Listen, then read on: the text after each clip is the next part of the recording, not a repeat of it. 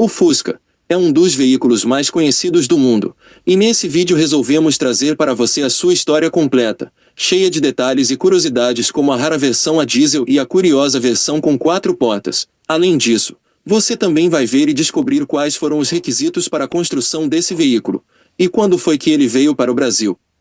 Fique até o final para não perder essas e outras curiosidades sobre a história desse incrível veículo.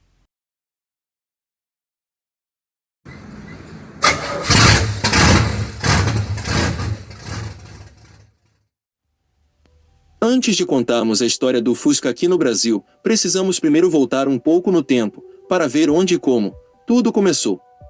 A história desse emblemático veículo começou por volta dos anos 30 na Alemanha, quando um certo ditador pediu a Ferdinand Porsche para desenvolver um carro compacto, barato e econômico para o povo alemão, pois naquela época a maioria das fábricas daquele país eram especializadas em carros de luxo, montados à mão e ainda por cima, muito caros. Porém, para o contrato ser firmado, Ferdinand Porsche tinha que seguir uma determinada lista com exigências para a construção desse novo veículo. Já essas exigências eram as seguintes: o carro deveria carregar 2 adultos e 3 crianças. Deveria alcançar e manter a velocidade média de 100 km por hora. O consumo de combustível, mesmo com a exigência acima, não deveria ser menor que 13 km por litro. O seu motor deveria ser refrigerado a ar, pois muitos alemães não possuíam garagens com aquecimento. O preço deveria ser menor que 1000 marcos imperiais. E depois de todas essas exigências e de vários protótipos produzidos, em 1938 era apresentado para o público este novo veículo, que inicialmente foi chamado de KDF-Wagen, e logo depois rebatizado para Tipo 1. O seu visual era marcado pela carroceria de 2 portas com linhas aerodinâmicas. Já o motor de 4 cilindros refrigerado a ar era montado na traseira, enquanto na dianteira ficava o porta-malas alojando o estepe e o tanque de combustível. Por dentro, este veículo podia levar até 5 pessoas, e uma pequena quantidade de bagagens atrás do banco traseiro. Em relação ao seu visual, há quem diga que seu desenho foi inspirado no Tatra T87, e apesar de todas essas semelhanças, não sabemos ao certo se isso é verdade ou mentira. E para você, o Fusca teve seu desenho inspirado em outro veículo? Se sim, deixe a sua resposta aqui embaixo, no comentário do vídeo. Já as suas vendas só foram ter força a partir de 1945, e daí para frente o Tipo 1, como ainda era chamado, foi exportado para vários países, inclusive para os Estados Unidos, onde fez bastante sucesso também por lá. Uma curiosidade bem interessante desse veículo são as suas curiosas versões que talvez você não viu, e nem ouviu na vida. A primeira delas é a rara versão diesel, e você pode até estar se perguntando se isso é possível.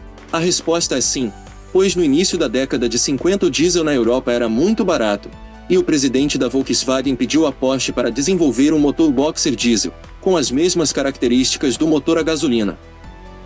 Depois de um certo tempo, foi apresentado e instalado num Fusca este novo motor a diesel, e apesar de ter um bom nível de consumo como 15 km por litro na cidade e 17 na estrada, alguns fatores como o alto nível de ruído e por ser um veículo pouco lento, o projeto para esse novo motor foi abandonado.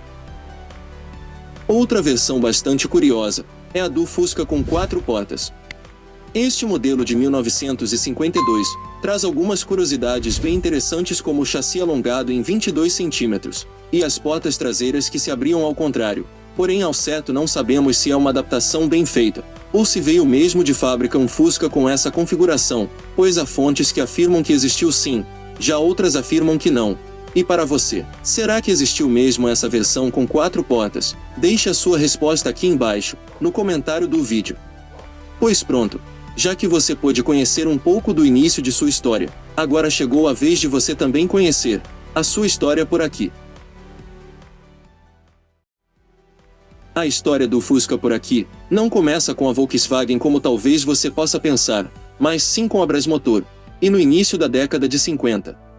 A Brasmotor, também conhecida como Brastemp, antes de trabalhar com eletrodomésticos, começou suas atividades como importadora e distribuidora de veículos em 1947, e vendo o sucesso do Fusca pelo mundo, esta empresa resolveu firmar uma parceria com a Volkswagen para a montagem deste veículo por aqui.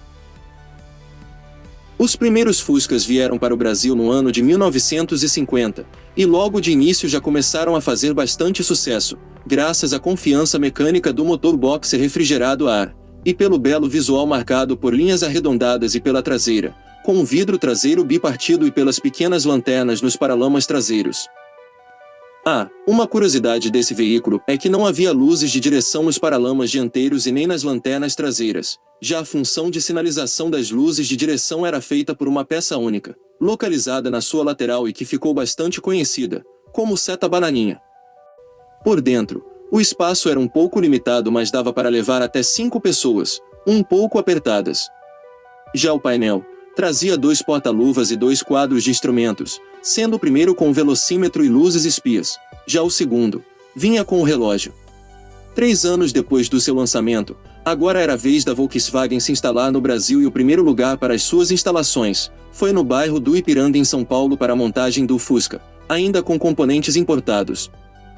Ainda em 53, o Fusca passava por leves alterações no seu visual, como o novo vidro traseiro, agora formado por um único vidro e com um formato mais oval.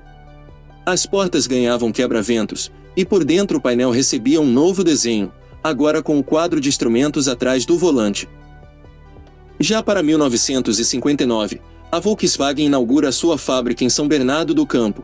Com essa nova fábrica o Fusca passa a ser fabricado no Brasil, atingindo assim 54% de nacionalização, e para se diferenciar do modelo alemão, o Fusca brasileiro passa por leves alterações no seu visual, como o novo painel, novo vidro traseiro em formato retangular, para-choques com poleiro e motor boxer 1200 refrigerado a ar, que desenvolvia a potência de 36 cavalos e 7,7 kg de torque, a apenas 2.000 RPM.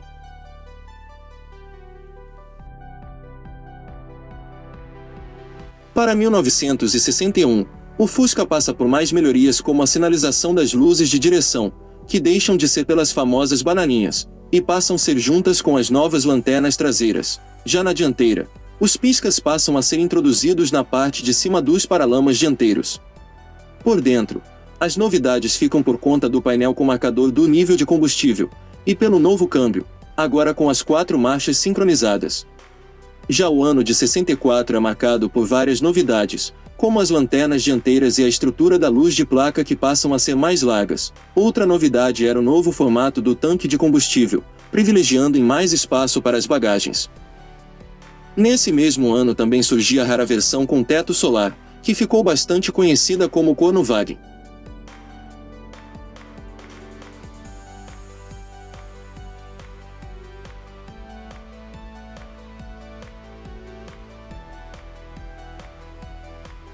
No ano seguinte, era a vez da versão mais despojada do Fusca e que também ficou bastante conhecida, como Pé de Boi. Esta curiosa versão surgiu para se enquadrar em um programa de incentivo do governo para a venda de veículos populares. O Fusca, para ficar com um valor mais atraente, perdia todos os frisos e só era disponível em 2 cores sólidas. Já os cromados dos para-choques das calotas e dos arcos dos faróis foram substituídos por uma pintura branca. Além disso, também perdia itens como piscas dianteiros, emblemas, espelho retrovisor e até o escapamento duplo. Passou a ter apenas uma saída de escape. Por dentro o acabamento era mais simplificado, como os revestimentos das portas que foram substituídos por chapas de Eucatex, e ainda por cima sem apoios de braço e nem porta-objetos, enquanto os bancos de forração simples não ofereciam nem regulagem do encosto.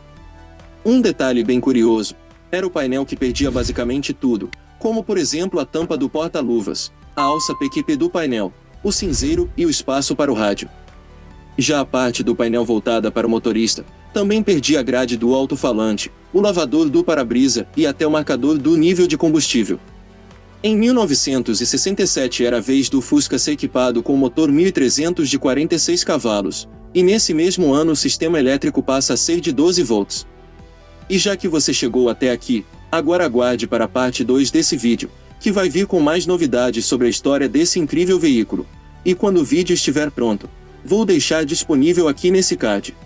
E você, já teve algum desses veículos? Se sim, deixe a sua resposta aqui embaixo, no comentário do vídeo.